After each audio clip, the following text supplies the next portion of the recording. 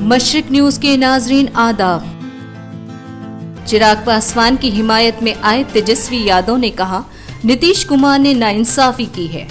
बिहार में election commission की guideline हुई साइडलाइन। रैली में मास्क पहनना तो दूर, लोग सोशल डिस्टेंसिंग भी भूल गए। सोनिया ने कहा कि मुश्किल दौर में है जमहूरियत। हाथरस केस में सीबीआई अलीगढ़ जेल पहुंची। कश्मीर में फारूक अब्दुल्ला से ईडी की पूछताछ। पाकिस्तान में अपोजिशन पे इमरान हुकूमत हुई सख्त। मरियम नवाज के शौहर गिरफ्तार। लेकिन पहले मध्य प्रदेश में हाई वोल्टेज सियासी ड्रामा। मध्य प्रदेश में कबीना वजीर इमरती देवी को आइटम कह दिए जाने पे सियासत गर्म है। हालांकि साबिक वजीर आला कमलनाथ ने बाद में सफाई पेश की कि उनके नाम याद नहीं आ रहे थे, इसलिए आइटम बोल दिया।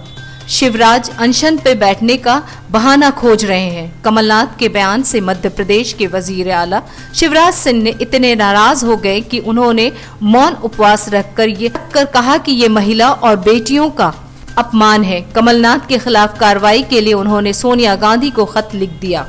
गैंग रेप के बाद कत्ल कर दिया जाता है। लखीमपुर खीरी, खुर्जा, मुजफ्फरनगर, हाथरस में भयानक वाकया पर बीजेपी की किसी आला ओहदेदार ने योगी हुकूमत के खिलाफ कोई मजम्मत नहीं किया, कोई बयान नहीं दिया, मौन बनाए रहे।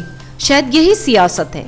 यूपी में इख्तदारी हासिल करने वाली बीजेपी हुकूमत ने यकीन दिलाया था कि अब सूबा में रामराज का ख्वाब पूरा होगा।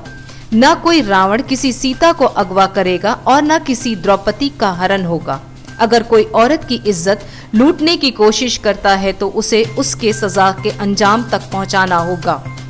उत्तर प्रदेश की औरतें पूछ रही हैं कि डर और खौफ की मारी बेटियां सुरक्षा भरोसा कब बहाल होगी कि चलो अब बेटी पढ़ाओ और बेटी बचाओ मुहिम में हमारी आबरू महफूज रहेगी।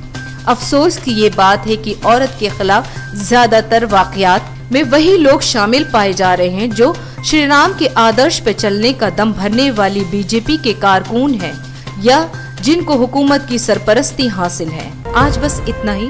मशरिक न्यूज के नाज़रीन, शब बखैर।